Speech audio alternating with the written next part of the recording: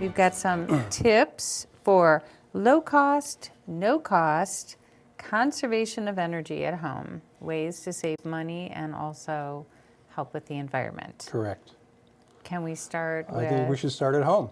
All right. So starting at home. It's wintertime, Wintertime. Furnace. So we have a furnace. One of the first things you can do is called night setback. Okay. I say night setback because I really only calculate this based on 8 hours a day. Turning your thermostat down. You can usually do that at night. If you're still working, you can do it during the day when you're at work. What the rule of thumb on that is, you'll save 1% of your bill for every degree you reduce your temperature. For an 8-hour period. For an 8-hour period, For that amount of correct. time. And it's healthier to sleep in a cool room, True. a cool environment. True. So this is good, And at least in the wintertime. Correct. And generally the bill, that will save you about $70 a year. Well, one of the most important things to do, in addition to that, is to make sure that your furnace is running efficiently. And the first thing on that list is to make sure that your filters are changed. If your filter isn't changed, you don't get the proper air circulation, or there's not enough air going across the coil in the filter, or in the furnace. And that will make it run inefficiently. If you change your filter every year, as opposed to running a dirty filter, you'll save about 7.5%, or again, $75. Wow, and that's a big difference. That's a big difference. And it's better for our health as well, because you want to be breathing Absolutely. clean air, for Sure. sure. So what about then in the summer? We don't want to keep turning down the temperature. Now we want to turn the temperature up on the thermostat. Right. You can do the same thing. Generally, your air conditioning bill runs about $110 a month. Average home? Average size home. And it maybe runs for 3 months a year. So if you set back, it's again the same formula. You'll save about 1% for every degree you turn it up. Your furnace, your air will still run through that filter, so you need to maintain that filter. But in addition to that, you have outside a coil which removes the heat from your house.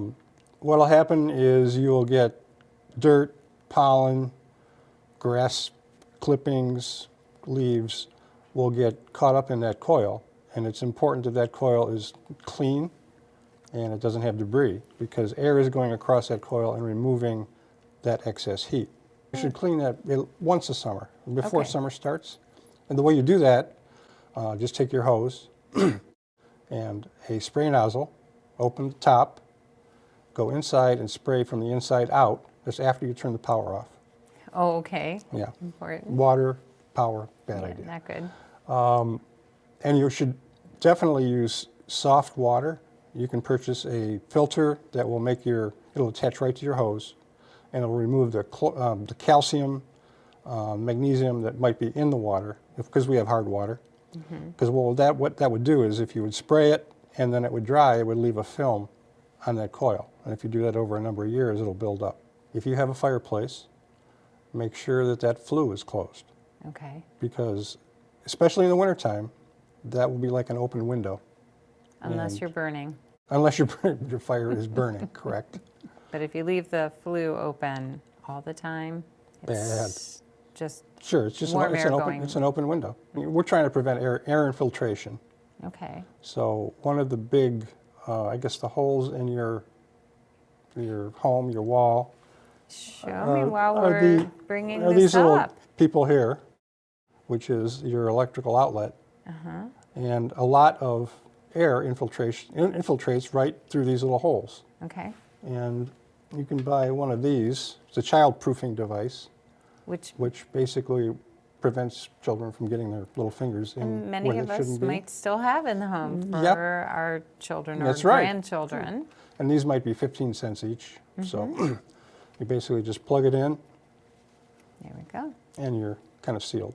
And I guess I've noticed before, if you put your hand there by the outlet, there is air You'll coming feel through. it. Sure. Now, if you have a door that has an opening, not all doors do, but if it does have an opening, you can purchase one of these. An opening, meaning where you Underneath can it. feel the air coming through again. And this basically slides under the door. And you can see that these are flexible. And they'll basically help seal that door to the floor. Okay.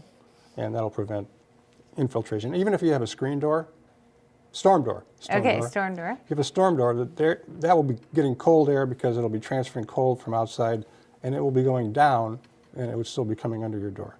Okay. So this is a handy little device. Okay.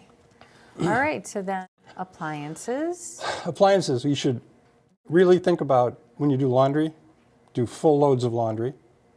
If you do full loads versus breaking it up 3 or 4 times a week, you can save, according to the EPA, about $45 a year. Make sure that you run full loads in your dishwasher. If you do that, it saves you about $25 every year. And the newer appliances are so much more efficient. Correct.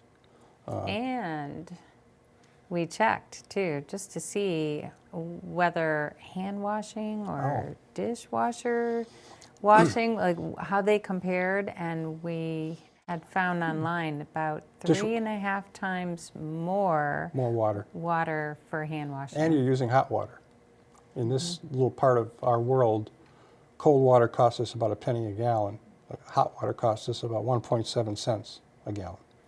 So how about the refrigerator? That's a major consumer, right?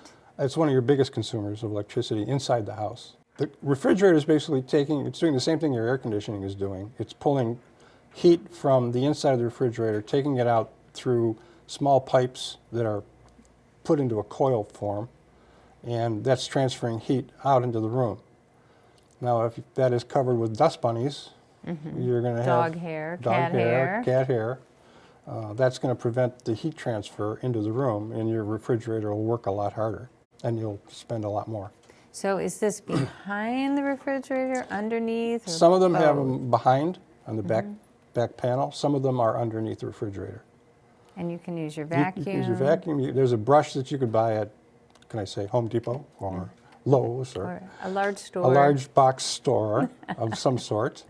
And it basically is made to go between those coils, and it'll brush off all that dust, dog hair, cat hair. If you're cooking, use your smaller appliances as opposed to your big oven. Your big oven.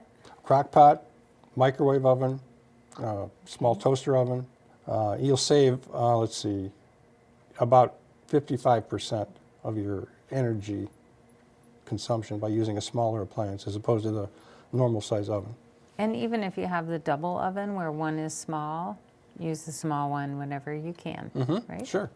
In the summertime, or when you're doing your air conditioning, cook outside.